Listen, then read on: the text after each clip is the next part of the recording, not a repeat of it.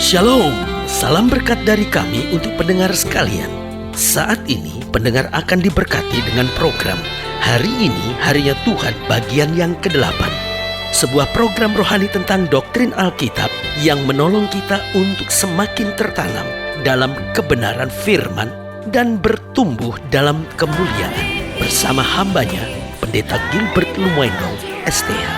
Banyak orang merasa doktrin Alkitab sebagai sesuatu yang membingungkan. Tetapi tahukah saudara bahwa doktrin Alkitab intinya adalah memahami Alkitab dengan benar, dengan pemahaman yang sistematis, sehingga kita terus dapat tertanam di dalam kebenaran firman, sehingga kita terus bertumbuh di dalam kemuliaan Allah. Buka hati saudara sekalian untuk menerima berkat-berkat firman-Nya hari ini. Pujian bagi Tuhan dan syukur harus selalu berjalan bersama. Karena syukur tanpa pujian belumlah lengkap. Sementara pujian tanpa syukur hanyalah kemunafikan. Karena apa artinya kita memuji-muji Tuhan jika kita tidak bersyukur untuk segala kasih karunia, kebaikan, dan perbuatan-perbuatan yang dahsyat.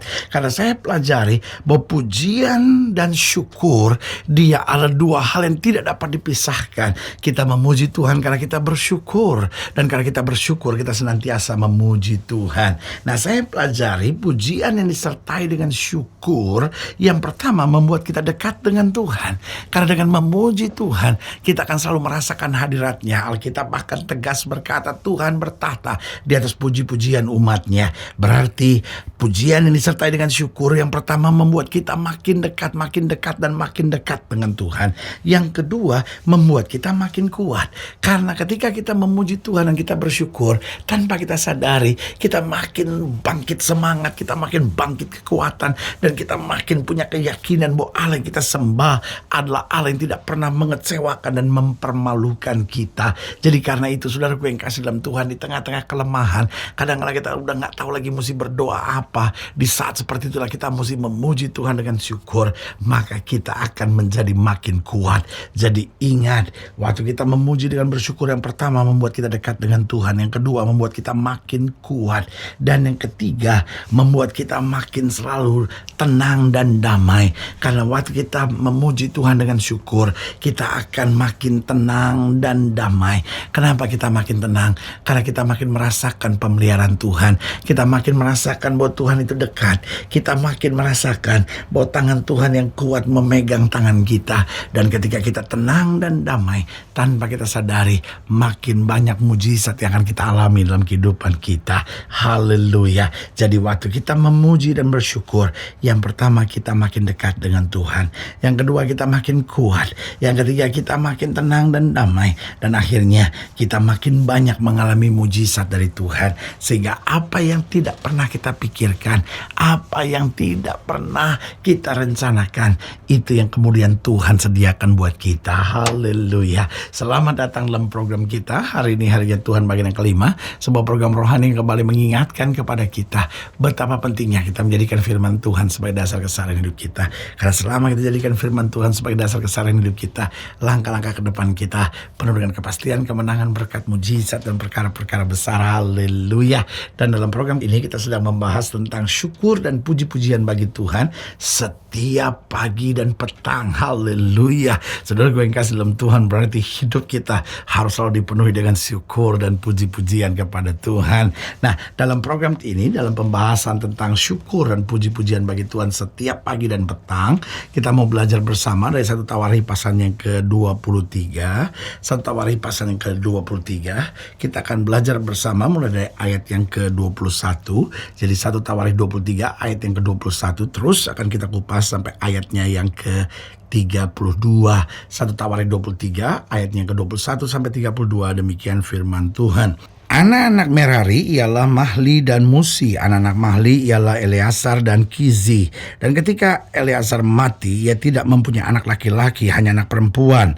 Lalu anak-anak Kizi, saudara sepupu mereka, mengambil mereka menjadi istri. Dan anak-anak Musi ialah Mahli, Eder, dan Yeremot. 3 orang. Itulah Bani Lewi menurut puak mereka. Kepala-kepala puak mereka pada waktu mereka dicatat, seorang-seorang sesuai dengan bilangan nama mereka, orang demi orang yang berumur 20 tahun atau lebih, mereka yang harus melakukan pekerjaan untuk ibadah di rumah Tuhan.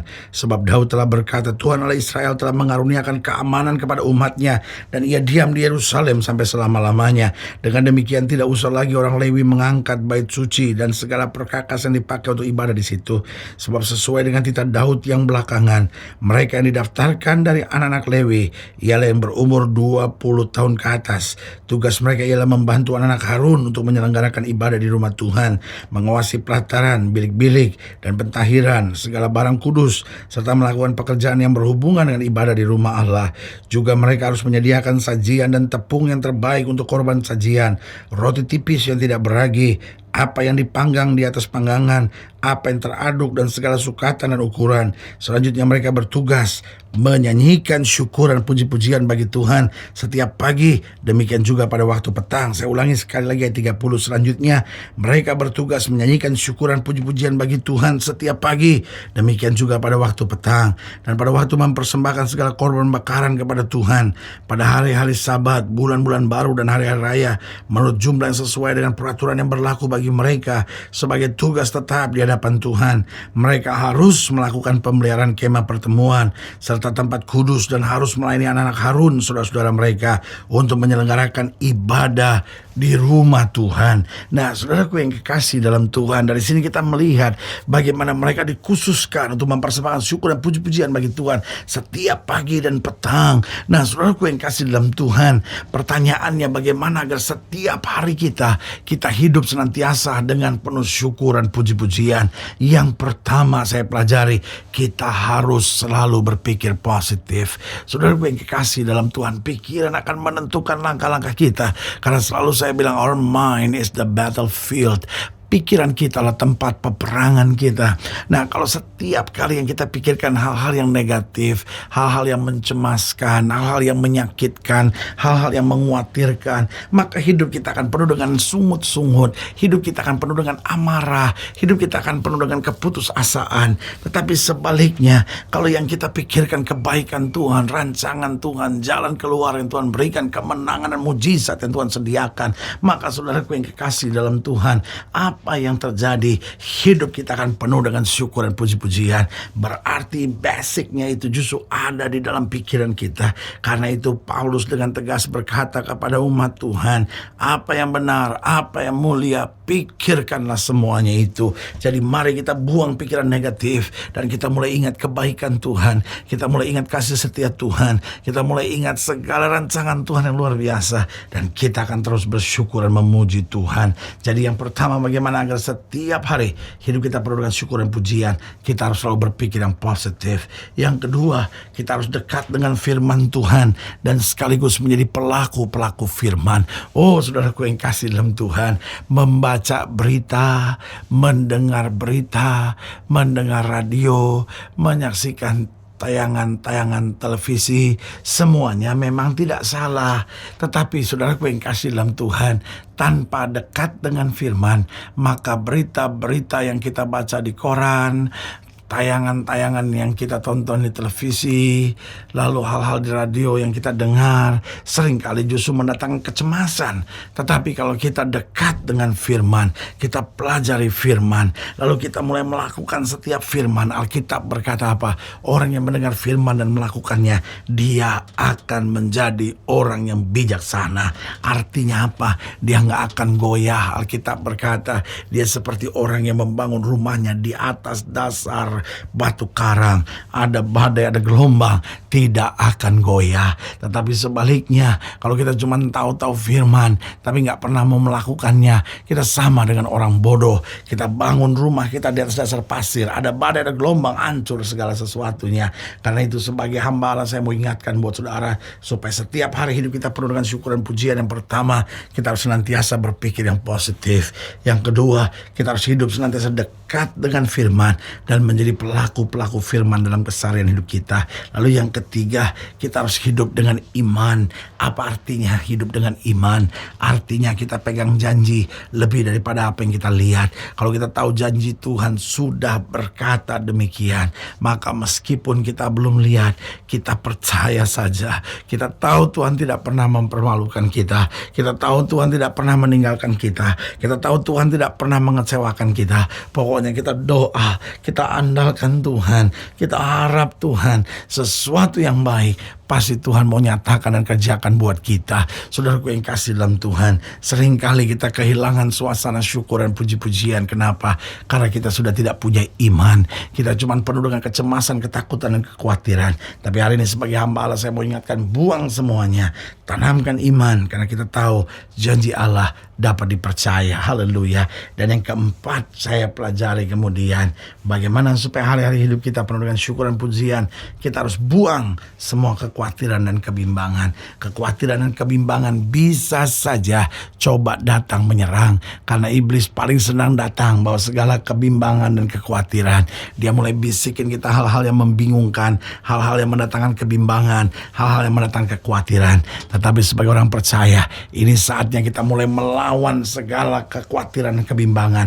Kita buang dari pikiran kita buang dari hati kita buang dari keseharian kita. Kita mulai tahu bahwa janji Allah ya dan amin, bahwa setiap hal yang sudah Tuhan rancangkan pasti terjadi. Dan rancangan Tuhan buat kita bukan rancangan kecelakaan, tetapi rancangan untuk mendatangkan hari depan yang penuh harapan buat setiap kita. Haleluya. Saudara yang kasih dalam Tuhan, jika sedang dilayani lebih jauh, hubungi kami melalui telepon, hubungi kami melalui surat, kunjungi website kami, karena kami ada untuk membawa Bapak Ibu sudah senantiasa lebih dekat pada Tuhan dan mengalami kasih kuasa mujizat yang luar biasa. Haleluya. Secara khusus setiap saudara yang didoakan secara khusus, boleh taruh tangan kanan saudara di dada dan kita akan berdoa. Mari kita berdoa.